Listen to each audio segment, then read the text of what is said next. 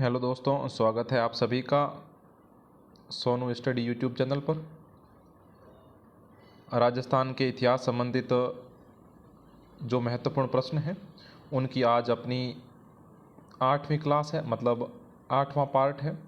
आशा करता हूं कि इससे पहले जितने भी अपने 7 पार्ट थे उनके वीडियो आपने देख लिए होंगे।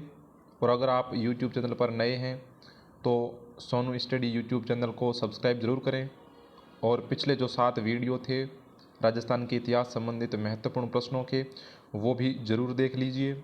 अभी तक मैंने उनकी प्लेलिस्ट नहीं बनाई है, तो जल्दी ही 1-2 दिनों में आपको उनकी प्लेलिस्ट भी मिल जाएगी। ये जो भी क्वेश्चन हैं वो या तो पुराने एग्ज़ामों में आ चुके हैं या जो इम्पोर्टेंट क्वेश्चन है सिर्फ वही क्वेश्चन मैं आपके सामने लेके आता हूँ। ये जो अपनी क्लास है ये PTT, BSTC या जितने भी ऐसे एग्ज़ाम जिसमें राजस्थान इतिहास का एक अहम हिस्सा रहता है उन सब के लिए बहुत ही इम्पोर्टेंट रहने वाली है। तो आज की अपनी क्लास शुरू करते हैं। आज का अपना जो पहला क्वेश्चन है वो ये है कि 1582 ईस्वी में दिवेर का युद्ध लड़ा गया था। आपको पता है कि सर 1582 ईस्वी में दिवेर का युद्ध लड़ा गया था महाराणा प्रताप और अकबर के बीच में। तो इसमें निम्न में से कौन सा एक ठिकाना अकबर द्वारा मेवाड़ में नहीं बनाया गया था? अकबर कहो या अकबर की सेना के द्वारा मेवाड़ में नहीं बनाया गया था। तो 1582 ईस्वी में जो दिवेर का युद्ध हुआ था उसमें अकबर स्वयं लड़ने के लिए नहीं आया था। अकबर अपने चाचा अकबर अपने चाचा सुल्तान खान को भेजता है कि चाचा जी आप जाके आओ और महाराणा प्रताप को काबू में करके आओ।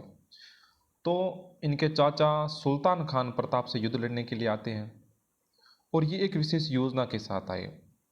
इन्होंने कहा कि जो कुंभलगढ़ है महाराणा प्रताप की राजधानी, उसको चारों तरफ से घेरा जाए, मतलब महाराणा प्रताप को घेरा जाए और फिर चारों तरफ से उन पर आक्रमण किया जाए। मतलब ये एक नई रणनीति के साथ आए थे। इसके तहत इन्होंने 4 ठिकाने बनाए थे। एक देवल, एक देबारी और एक देसुरी, ये 3 ठिकाने ये, और एक बनाया था दिवेर। ये 4 ठिकाने बनाए थे। इसमें देरावल नहीं था, देरावल नहीं था इसमें। देरावल तो कभी भाटी शासकों की यदुवंश की राजधानी रही थी, वो मैंने आपको ऐसे मुझे याद आ गई थी। वो एक दुआ भी है, दुग देरावल लोदरवोर नवोगढ़ जैसलमेर। ये मतलब भाटी शासकों की राजधानी के बारे में एक दुआ था, उसमें ये देरावल शब्द आता है कि कभी भाटी शासकों की राजधानी रही थी देरावल। तो देरावल नहीं है, इसमें देवल है, देबारी है, देसुरी है और दिवेर है। जब ये 4 ठिकाने बनाए गए तो महाराणा प्रताप की सेना और जो सुल्तान खान है इनकी सेना के बीच में दिवेर में भिड़ंत होती है। महाराणा प्रताप की तरफ से महाराणा प्रताप के जो बेटे थे अमर सिंह प्रथम, वो लड़ने के लिए आते हैं और कहते हैं कि जो अमर सिंह प्रथम थे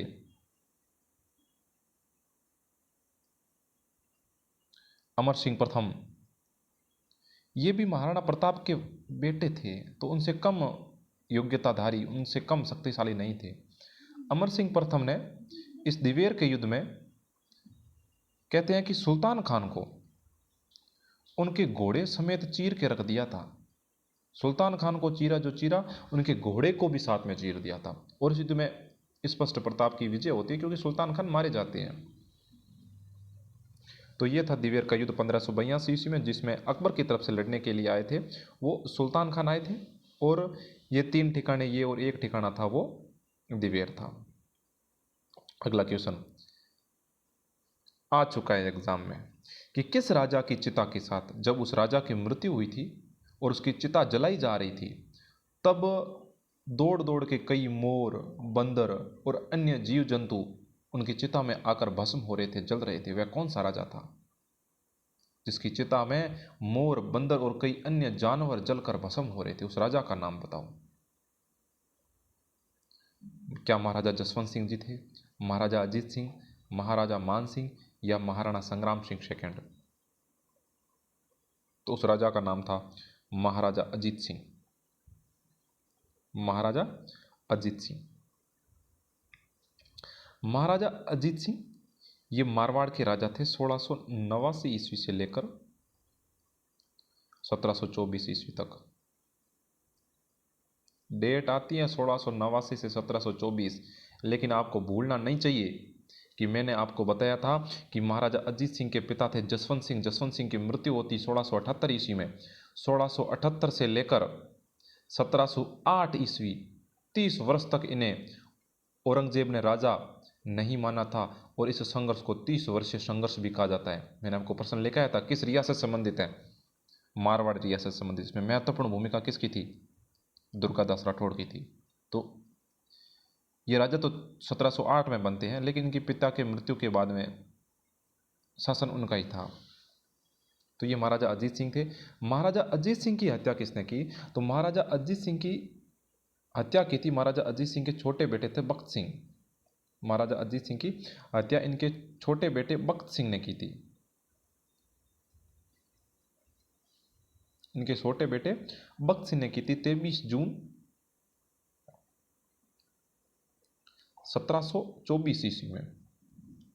उसके बाद में ये छोटा बेटा था अजीत सिंह का बख्त सिंह, ये नागौर के राजा बने, और महाराजा अजीत सिंह के बड़े बेटे अभय सिंह थे, ये जोधपुर के शासक बनते हैं। तो ये याद रखना कि मोर बंदर ये जलकर महाराजा अजीत सिंह की चिता में भस्म हो गए थे। अगला क्वेश्चन, किस राजा ने खतरगच शाखा के जो जैन थे उनको भूमि दान में दी थी।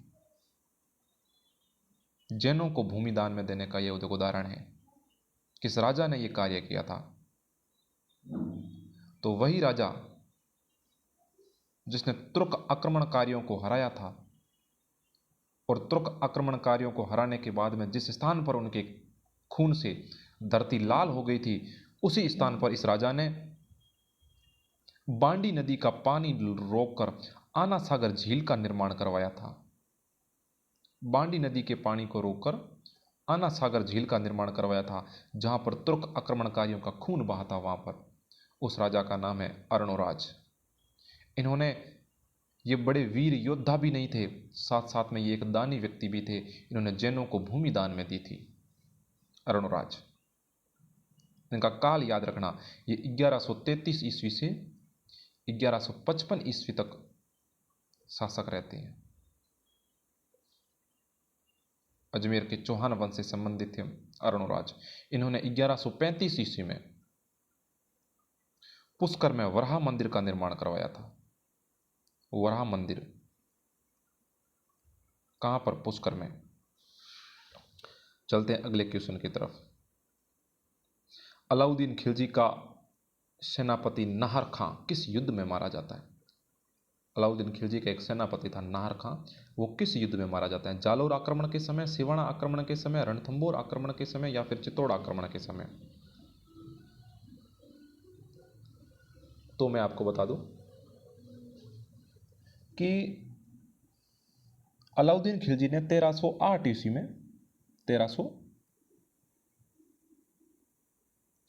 अलाउद्दीन खिलजी 1308 ईस्वी में सिवाना पर आक्रमण करते हैं। सिवाना पर आक्रमण करते हैं। उस समय सिवाना के पर दो व्यक्तियों का शासन था, वीर सातल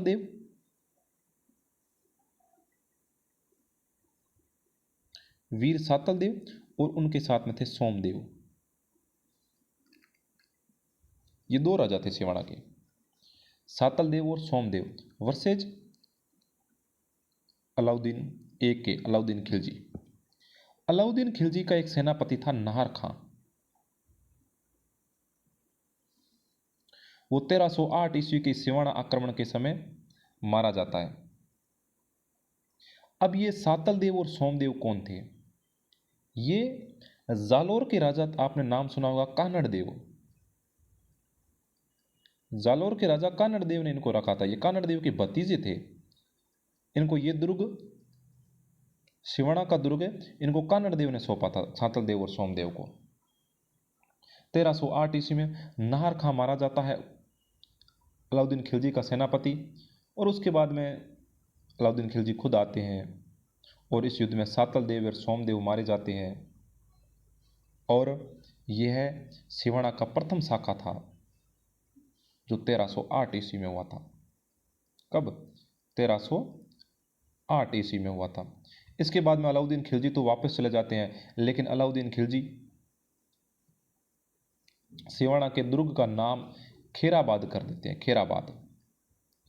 और यह दुर्ग कमालुद्दीन गुर्ग, एक व्यक्ति कमालुद्दीन गुर्ग को सौंप कर वापस चले जाते हैं। अगर प्रश्न पूछे कि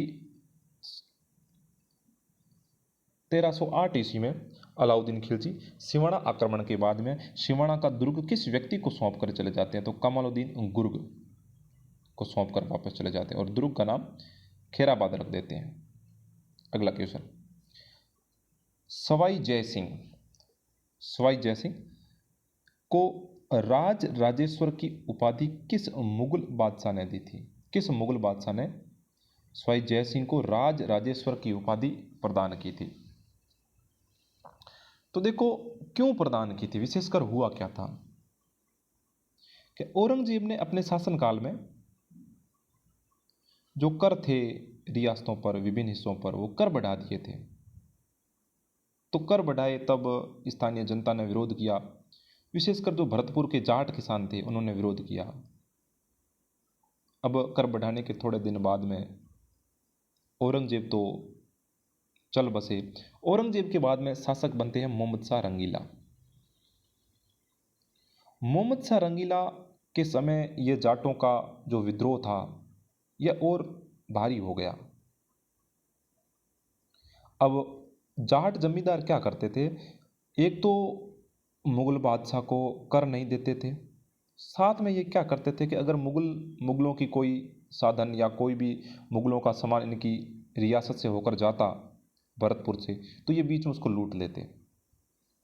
तो फर्रुख शेर सवाई जय सिंह के पास में आए कि सवाई जय सिंह, आपके पास का क्षेत्र है, आप इनकी भाषा समझते हो, मेरे को तो इनकी भाषा ही समझ में नहीं आती, जाओ यार इनसे बात करो।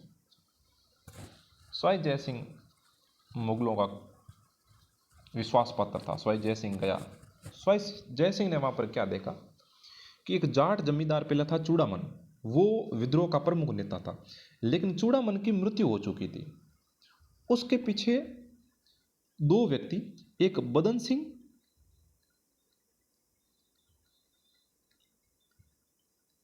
और एक मोहकम सिंह, ये दोनों उत्तराधिकार के लिए लड़ रहे हैं। ये बोल रहा है मैं राजा बनूंगा और मोहकम सिंह बोल रहा है मैं राजा बनूंगा। तो सवाई जय सिंह को मौका मिल गया। सवाई जय सिंह ने कहा कि दो लड़ते तो तीसरा अपन तो फायदा उठाएगा। सवाई जय सिंह बदन सिंह के पास गए कि बदन सिंह मैं तेरे पक्ष में हूं, तू क्या कर, ये जो लूटपाट का काम है, विद्रोह का काम है, ये बंद कर दे। मैं मुगल बादशाह से बात करके तुझे डीग की जागीर दिलवा देता हूं, डीग की जागीर। तो बाद में सवाई जय सिंह ने मोहम्मद शाह रंगीला से बात की और बदन सिंह को डीग की जागीर प्रदान कर दी। डीग की जागीर वो ब्रज प्रदेश था, तो उसके बाद मदन सिंह को ब्रजराज के नाम से भी जाना गया और मोहकम सिंह को भरतपुर का राजा बना दिया, वहां का शासक बना दिया। तो इस प्रकार सवाई जय सिंह ने मोहम्मद शाह रंगीला के कहने पर जो भरतपुर के जाटों का विवाद था या भरतपुर विवाद था उसको शांत किया। इसी कारण मोहम्मद शाह रंगीला ने जय सिंह को राज राजेश्वर की उपाधि प्रदान की थी। समझ में आ गया होगा क्यों की प्रदान उपाधि किसने की, ये दोनों चीजें। अगला क्वेश्चन, रावत भाटा, आलड़िया और कन्यादहा, तीन स्थान है, कन्यादह, ये तीनों स्थान किसके लिए प्रसिद्ध हैं? रावत भाटा, आलड़िया और कन्यादह, ये तीनों स्थान चंबल नदी के तट पर है। चंबल नदी के तट पर। क्या यहाँ से प्राचीन सिक्कों के ढेर मिले हैं, या फिर यहाँ पर विशेष खनिज के प्रमुख स्रोत हैं, या यहाँ से पुराने समय के शैल चित्र प्राप्त हुए हैं, या फिर कोटा के प्रमुख सौर ऊर्जा केंद्र थे? तो मैं आपको बता दूं कि रावत भाटा, आलड़िया और कन्यादहा यहाँ से शैल चित्रों की प्राप्ति हुई है। चंबल नदी के किनारे ये तीनों स्थान है। या शैल चित्र क्या होते हैं? शैल का मतलब होता है पत्थर। तो पुराने समय में चित्र बनाने के लिए कोई विशेष पेंटिंग की कोई बुक तो आती नहीं थी, लोग अपनी व्यक्ति करने के लिए भाटों पर खोद खोद के, पत्थरों पर खोद खोद के अपना नाम या जिसका भी चित्र था अपनी अभिव्यक्ति करते थे। मतलब ये काफ़ी पुराने समय की बात, जब लोगों के पास लिपि भी नहीं थी, तो ये चित्रों द्वारा अपने भाव भी व्यक्त करते थे। और वो चित्र किस पर? पत्थरों पर। तो ये सेल चित्र की प्राप्ति हुई पुराने समय की। रावत भाटा, आलनिया और कन्यादा। 2-3 स्थान और याद रखना, एक है हरसोरा और एक डडीकर अलवर में। 2 स्थान, हरसोरा और डडीकर। ये यहां से भी सेल चित्र प्राप्त हुए हैं। और ये स्थान कहां पर है? ये दोनों स्थान है अलवर में। एक है सोहनपुरा। सोहनपुरा ये कहां पर है? ये सीकर में है। तो यहां से भी सेल चित्र प्राप्त हुए हैं। तो ये भी याद रखना, रावत भाटा, आलनिया, कन्यादह, हरसोरा, डडीकर और सोहनपुरा, यहां से क्या मिले हैं? सेल चित्र मिले। अगला क्वेश्चन कि क्रांति के समय अंग्रेजों की सहायता करने पर किस शासक को अंग्रेजों ने सितार ए हिंद की उपाधि प्रदान की थी? कि क्रांति के समय अंग्रेजों को समर्थन दिया था या क्रांतिकारियों को दबाने में अंग्रेजों की सहायता की थी, इस कारण राजस्थान के किस शासक को अंग्रेजों ने सितार ए हिंद की उपाधि प्रदान की थी?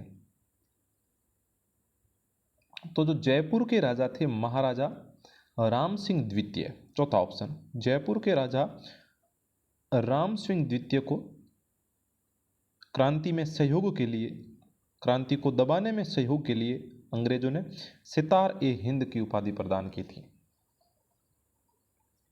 तो याद रखना, सितार ए हिंद की उपाधि किसे प्रदान की थी? महाराजा राम सिंह द्वितीय को। ये राजा जसवंत सिंह, फिर आगे है राम सिंह द्वितीय। ये राम सिंह द्वितीय थे ना, ये राम सिंह द्वितीय कोटा के थे। राम सिंह द्वितीय या राम सिंह सेकंड ये कोटा के थे। कोटा में अंग्रेजों ने क्या किया था कि राम सिंह द्वितीय के पहले तोपों की सलामी 15 थी और बाद में इनके तोपों की सलामी घटाकर 11 कर दी थी। मतलब अंग्रेज राजस्थान रियासत के, राजस्थान में जो प्रत्येक रियासत थी, हर राजा की अलग अलग स्थिति उनके द्वारा बनाई गई थी कि इस राजा की स्थिति ये है, इसका पद ये, इसका पद ये, और उनका पद निर्धारण होता था उनके तोपों की सलामी से होता था कि इस राजा जब ये दरबार में आएगा तब इसको इतने तोपों की सलामी दी जाएगी, इस राजा को इतने तोपों की सलामी। तो कोटा के राजा की पहले 15 तोपों की सलामी दी जाती थी। लेकिन कोटा में जो विद्रोह हुआ था उसमें इनका नाम आया था, कोटा के राजा राम सिंह द्वितीय की, और जो मेजर बर्टन की हत्या हुई थी, और ये कई चीज़ें थी जिनको राम सिंह द्वितीय अच्छी तरह से कंट्रोल में नहीं कर सके थे और कई दिनों तक कोटा क्रांतिकारियों के कब्जे में भी रहा था। और बाकायदा उन क्रांतिकारियों ने राम सिंह द्वितीय को कैद भी कर लिया था एक किले के अंदर। किले के अंदर वो रह गए थे, बार क्रांतिकारी। तो मतलब ये प्रभावी तरीके से काम नहीं कर पाए, इसलिए 15 तोपों की सलामी इनके वापस 11 की कर दी थी। इनकी सहायता करने के लिए आए थे फिर मदनपाल करौली के। करौली के राजा थे मदनपाल। ये कहाँ के थे? करौली के। करौली के राजा मदनपाल इनकी राम सिंह द्वितीय की सहायता करने के लिए आए थे। मतलब राम सिंह द्वितीय की सहायता कर रहे हैं, कोटा को क्रांतिकारियों से मुक्त करा रहे हैं, मतलब ये अंग्रेजों के पक्ष में थे। तो अंग्रेजों ने इनके तोपों की सलामी बढ़ाकर 17 कर दी थी। तो याद रखना, 1857 की क्रांति के बाद में कोटा के राजा राम सिंह द्वितीय की तो तोपों की सलामी 15 से घटाकर 11 कर दी थी और करौली के मदनपाल की तोपों की सलामी बढ़ाकर 17 कर दी थी। अगला क्वेश्चन, बाघावास सम्मेलन कब हुआ? बाघावास सम्मेलन मैंने आपको पढ़ाया था मीणा आंदोलन के बारे में, मैंने आपको पढ़ाया था जरायम पेशा कानून के बारे में। क्या कानून था, कब खत्म हुआ? मैंने आपको बताया था कि जरायम पेशा कानून 1930 ईस्वी में जयपुर रियासत के द्वारा लागू किया जाता है। किसके द्वारा? जयपुर रियासत के द्वारा, जिसमें प्रत्येक मीणा महिला और पुरुष को थाने में जाकर हाजिरी देनी पड़ती थी। मतलब मीणाओं पर भरोसा नहीं था कि आप चोरी और डकैती में लिप्त हो, कब आप सा कौन सा कांड करके आ जाओ, इसलिए रोज हाजिरी लगाओ। जिस व्यक्ति ने हाजिरी नहीं लगाई और रात को गांव में चोरी हो गई, मतलब आरोप सीधा उसके ऊपर कि रात तूने हाजिरी नहीं लगाई मतलब तू चोरी में लिप्त था। तो ये ऐसा जरेम पेशा कानून था, 1930 ईस्वी में लागू किया गया था जयपुर में। जो चौकीदार मीणा थे, जिनकी विभिन्न पदों पर पोस्टिंग थी, वो बागावास में एक मीटिंग करते हैं। बागावास जयपुर में पड़ता है। वहाँ पर 28 अक्टूबर 1946 ईस्वी को 28 अक्टूबर 1946 ईस्वी को जो मीणा चौकीदार थे, उन्होंने बागावास में सम्मेलन बुलाया, मीटिंग की, और कहते हैं कि लगभग उस दिन 26,000 जो चौकीदार मीणों थे, उन्होंने अपने पद से इस्तीफा दे दिया था कि हम पर इतना भी भरोसा नहीं है। 26,000 चौकीदार मीणाओं ने उस बागावास सम्मेलन में 28 अक्टूबर 1946 ईस्वी को अपने पद से इस्तीफा दिया था एक साथ में।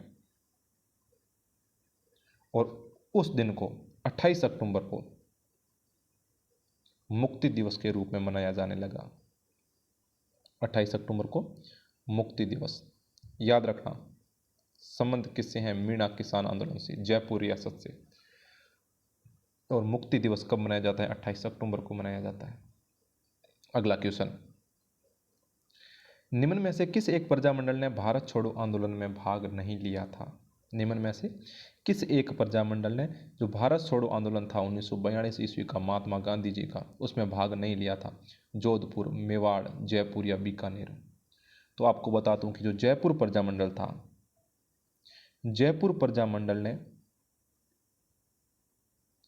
भारत छोड़ो आंदोलन में भाग नहीं लिया था, क्योंकि उस समय जयपुर प्रजामंडल का नेतृत्व कर रहे थे हीरालाल शास्त्री।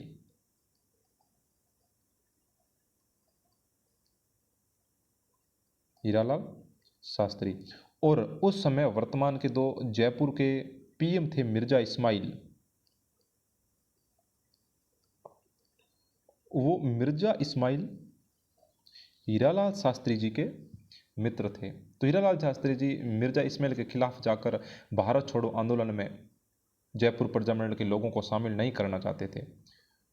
जब महात्मा गांधी ने बैठक बुलाई और भारत छोड़ो आंदोलन के बारे में चर्चा हो रही थी, तब कहते हीरालाल शास्त्री गए थे, लेकिन उन्होंने मन बना लिया था कि हमें भारत छोड़ो आंदोलन में शामिल नहीं होना है। तब प्रजामंडल के दो भाग हो गए। कई हीरालाल शास्त्री के पक्ष में आ गए कि भारत छोड़ो आंदोलन में भाग नहीं लेना है, और कई ऐसे जिन्होंने कहा क्यों नहीं लेना है, महात्मा गांधी जी का आंदोलन है, भाग लेना है। तो जो व्यक्ति हीरालाल शास्त्री से अलग मत रखते थे, उन्होंने एक अलग संगठन बनाया, आज़ाद मोर्चा। यह जयपुर प्रजामंडल का ही एक भाग था, आज़ाद मोर्चा। आज़ाद मोर्चे का गठन किया। इसके संस्थापक थे बाबा हरिश्चंद्र। हरिश्चंद्र ने एक संगठन बनाया कि जो जो व्यक्ति आंदोलन में भाग लेना चाहता है जयपुर प्रजामंडल का, वो हमारे संगठन से जुड़े। तो इस आज़ाद मोर्चे का गठन किया गया हरिश्चंद्र ने। इसके अंदर कौन कौन थे? तो एक आपने नाम सुना होगा, दौलतमल भंडारी, जिसके संस्थापक सदस्यों में से थे दौलतमल भंडारी। एक गुलाब चंद कासलीवाला,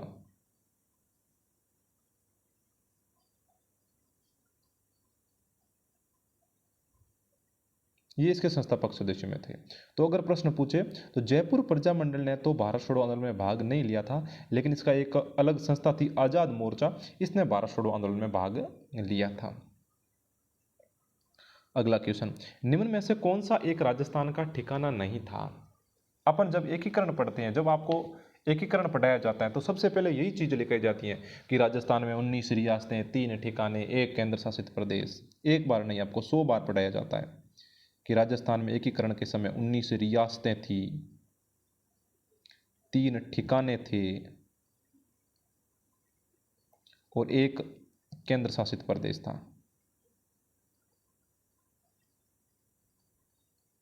एक केंद्र शासित प्रदेश था। प्रश्न ये है कि निम्न में से कौन सा एक राजस्थान का ठिकाना नहीं, मतलब 3 ठिकाने थे और एक कौन सा नहीं है? अजमेर मेरवाड़ा, नीमराणा, लावा या कुशलगढ़? नीमराणा जो कि अलवर में पड़ता है, अलवर से अलग करके बनाया गया था यह ठिकाना। लावा जो कि टोंक से अलग करके बनाया गया। और कुशलगढ़ जो कि बांसवाड़ा से अलग करके बनाया गया था। ये चारों तो उस समय ठिकाने थे, लेकिन जो अजमेर मेरवाड़ा था वो चीफ कमिश्नरी मतलब एक केंद्र शासित प्रदेश था, केंद्र शासित प्रदेश, केंद्र शासित प्रदेश था। तो याद रखना, अजमेर मेरवाड़ा चीफ कमिश्नरी थी और ये तीनों चीफ शिप मतलब उसमें जो ठिकाने थे उनको चीफ शिप बोला जाता था और केंद्र शासित प्रदेश को चीफ कमिश्नरी बोला जाता था। तो अजमेर मेरवाड़ा चीफ कमिश्नरी, अलवर का नीमराणा, टोंक का लावा और बांसवाड़ा का कुशलगढ़, ये तीनों उस समय के ठिकाने थे। अगला क्वेश्चन, एकीकरण के छठे चरण में, एकीकरण का छठा चरण कब हुआ? 26 जनवरी 1950 ईस्वी को।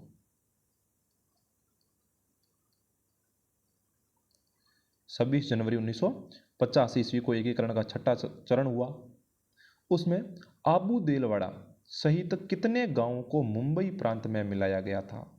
सिरोही के क्षेत्र आबू देलवाड़ा, आबू देलवाड़ा में मैंने आपको विमल वसई मंदिर के बारे में भी बताया था। तो आबू देलवाड़ा को भी और साथ में और कितने गांवों को सरदार वल्लभ भाई पटेल ने मुंबई प्रांत में मिला दिया था? क्योंकि सरदार वल्लभ भाई पटेल गुजरात से थे, गुजरात उस समय मुंबई प्रदेश में आता था, मुंबई प्रांत में आता था, तो वो चाहते थे कि जितने भी ये ऐसे स्थान जहाँ पर आने वाले समय में पर्यटकों को बढ़ावा दिया जा सकता है उनको गुजरात में शामिल कर लिया जाए। तो उन्होंने आबू देलवाड़ा समेत सिरोही के 89 गांवों को 89 गांवों को बम्बई प्रांत में मिला लिया। और जो अपने राजस्थान के गोकुल भाई भट्ट थे, गोकुल भाई भट्ट का जन्म स्थान था हातड़, हातड़, और उसके अलावा जो शेष सिरोही था उसे राजस्थान में मिलाया गया था, शेष सिरोही को। तो यह था एकीकरण का छठा चरण जो 26 जनवरी 1950 ईस्वी को हुआ, जिसमें आबू देलवाड़ा सहित उन 89 गांवों को मुंबई प्रांत में मिला दिया गया था। गोकुल भाई भट्ट के जन्म स्थान हातल व शेष सिरोही को राजस्थान में मिलाया गया था, क्योंकि राजस्थान वालों ने कहा था कि सिरोही का मतलब हमारे लिए गोकुल भाई भट्ट है, गोकुल भाई भट्ट के बिना हम राजस्थान की कल्पना ही नहीं कर सकते। तो सरदार वल्लभ भाई पटेल ने कहा ले जाओ हातल को, हातल और शेष सिरोही को दे दिया और बाकी के जो पर्यटक स्थल थे उनको बम्बई प्रांत में शामिल कर लिया गया। और इस समस्या का निराकरण आपको पता है कि एकीकरण के 7वें चरण में हुआ था। आबू देलवाड़ा सहित इन गांवों को वापस राजस्थान में 7वें चरण में सम्मिलित किया गया था। अगला क्वेश्चन, शहीदों को दान में दी गई जागीर क्या कहलाती थी?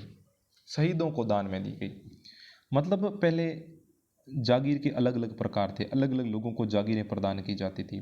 तो जो जागीर शहीदों को मतलब अगर कोई भी सैनिक है वो युद्ध लड़ते हुए या अच्छा युद्ध लड़ते हुए वो मारा जाता है, युद्ध लड़ते हुए वो मारा जाता है, तो उसको राजा उसके बेटों को भूमि या कोई जागीर देते थे। तो उस जागीर को किस नाम से जाना जाता था?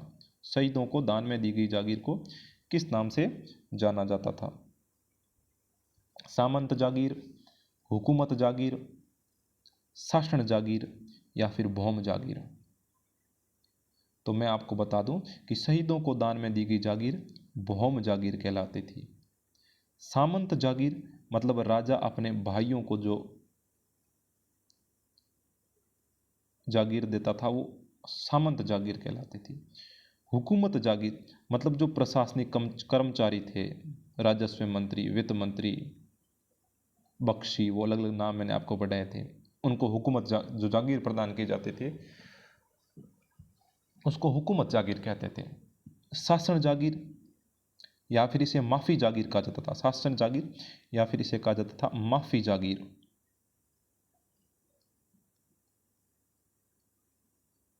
यह जागीर किसको प्रदान की जाती थी? यह जागीर ब्राह्मणों को, जो ब्राह्मण होते थे, ब्राह्मण उसमें बहुत पवित्र समझे जाते थे, आदर होता था ब्राह्मणों को, ब्राह्मणों को या फिर कोई मंदिर बन रहा है तो उस मंदिर को भूमि दी जाती थी, या फिर कोई मुस्लिम रियासत है या मुस्लिम शासकों को मस्जिद बनाने के लिए कोई भूमि दे दी गई, या फिर गौशाला में भूमि दे दी गई।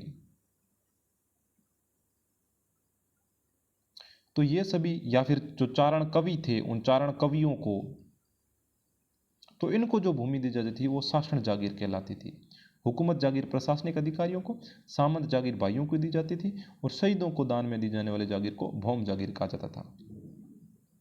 अगला क्वेश्चन, आगी बाण समाचार पत्र के संपादक कौन थे?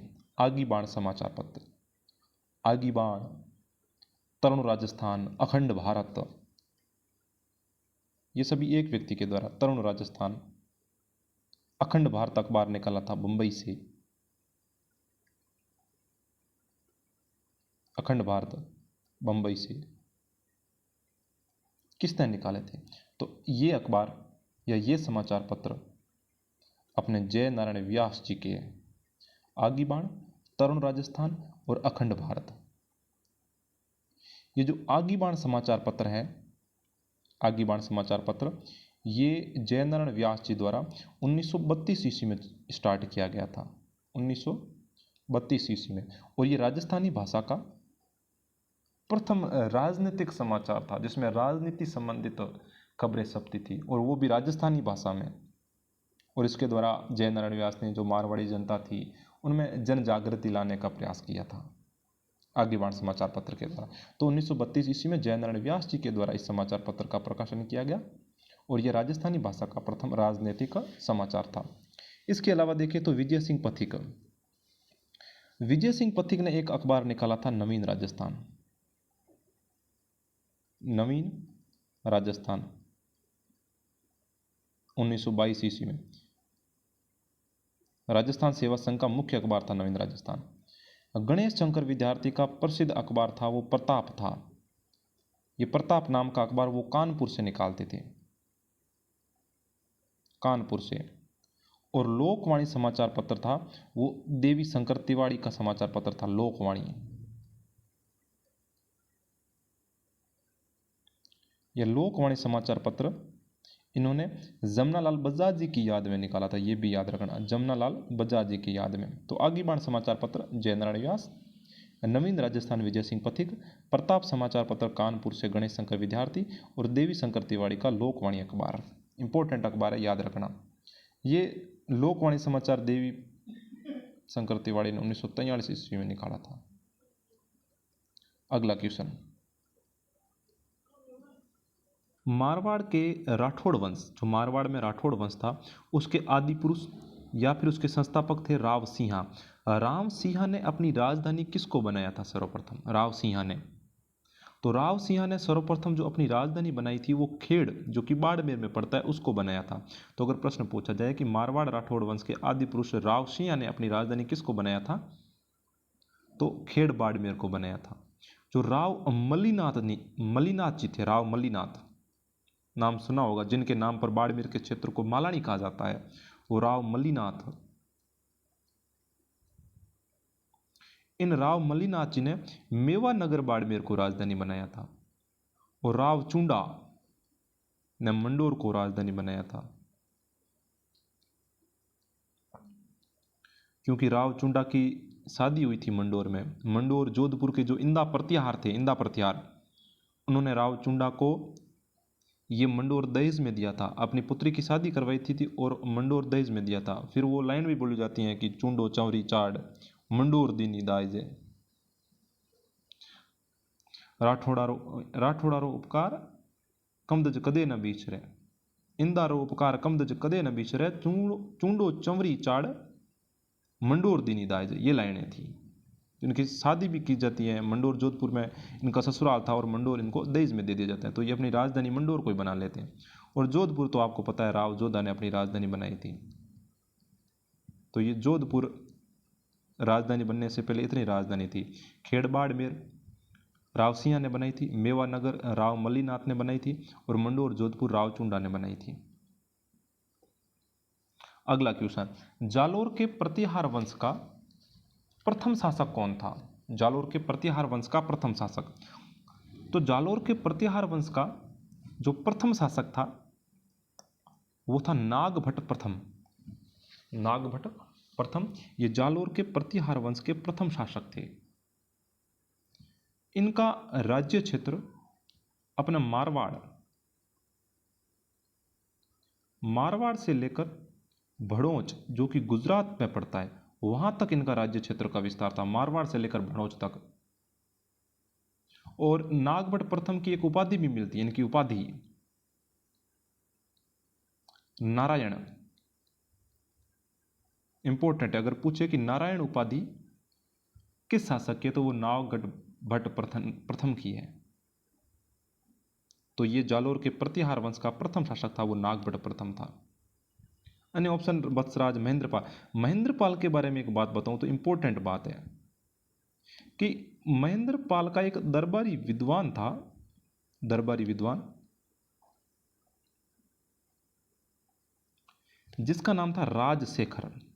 ये महेंद्रपाल का दरबारी विद्वान था राजशेखर। इस राजशेखर की एक पुस्तक थी कर्पूर मंजरी। ये इंपॉर्टेंट है कि कर्पूर मंजरी पुस्तक के लेखक कौन है, तो ये राजशेखर थे। ये राजशेखर महेंद्रपाल के दरबारी विद्वान थे। ये किताब इंपॉर्टेंट है, याद रख लेना। तो आज के ये थे अपने इंपॉर्टेंट राजस्थान इतिहास संबंधित महत्वपूर्ण 15 प्रश्न। आशा करता हूँ कि आपको सभी क्वेश्चन समझ में आए होंगे और आपने इन क्वेश्चनों को नोट डाउन भी किया होगा। तो आज के लिए अपनी क्लास यहीं पर समाप्त होती है। कल फिर मिलते हैं अपने पार्ट 9 राजस्थान का इतिहास महत्वपूर्ण क्वेश्चन में।